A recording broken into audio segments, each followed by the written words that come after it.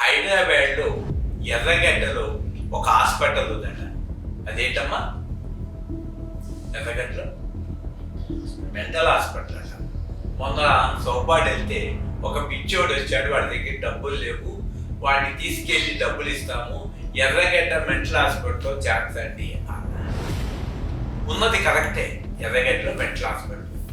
కానీ ఆ మెంటల్ హాస్పిటల్లో ఉన్న పేషెంట్స్ని ఒక డాక్టర్ కూడా ఉన్నారు. అతని వ్యాధి కుదర్చడానికి ఆయన డాక్టరు శతస్కోపు కాదు వేసుకొని వాళ్ళకి పేషెంట్ని ఆ పిచ్చి తీసేసి మానవుడిగా తీర్చిదిద్దడానికి ఆ డాక్టర్స్ పనికొస్తున్నాడు. కానీ అతను ఆ ఉద్దేశంతో వెళ్తే ఈ పేషెంట్ ఏం చేస్తారు? ఆయన టైంకి వేస్తారు, పెన్ను లాక్కుంటారు, ఆ శతస్కోప్ నుంచి ఇచ్చేస్తారు, అవసరంగా జుట్టు పీకుతూ ఉంటారు. సినిమాలో చూడ అట్లా ఆయన ఏం చేస్తారు?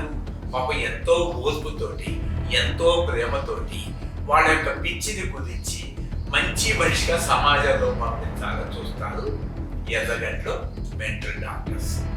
అట్లాగే ఈ ప్రపంచంలో ఈ దేహమే నేను, ఈ ప్రపంచమే నిజము, ఈ దేహమే నిన్ను, ఈ ప్రాణమే నేను, ఈ మనోబుద్ధులే నేను అంటూ సుఖదుఖాలను అనుభవిస్తూ మానవుడు సుఖదుఖాల్లో ఇరుక్కుపోతే మెంటల్ డాక్టర్స్ వస్తారు.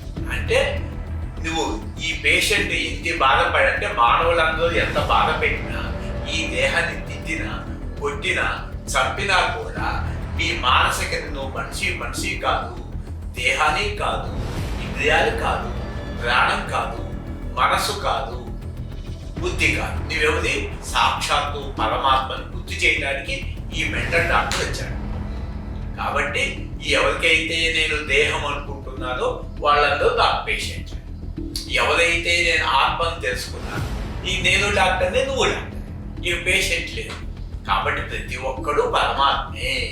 కాబట్టి ఇప్పుడైనా తెలుసుకోండి, నేను ఇది మెంటల్ డాక్టర్ కాదు, ఒక రకంగా మెంటల్ డాక్టరే, ఆత్మనే డాక్టర్.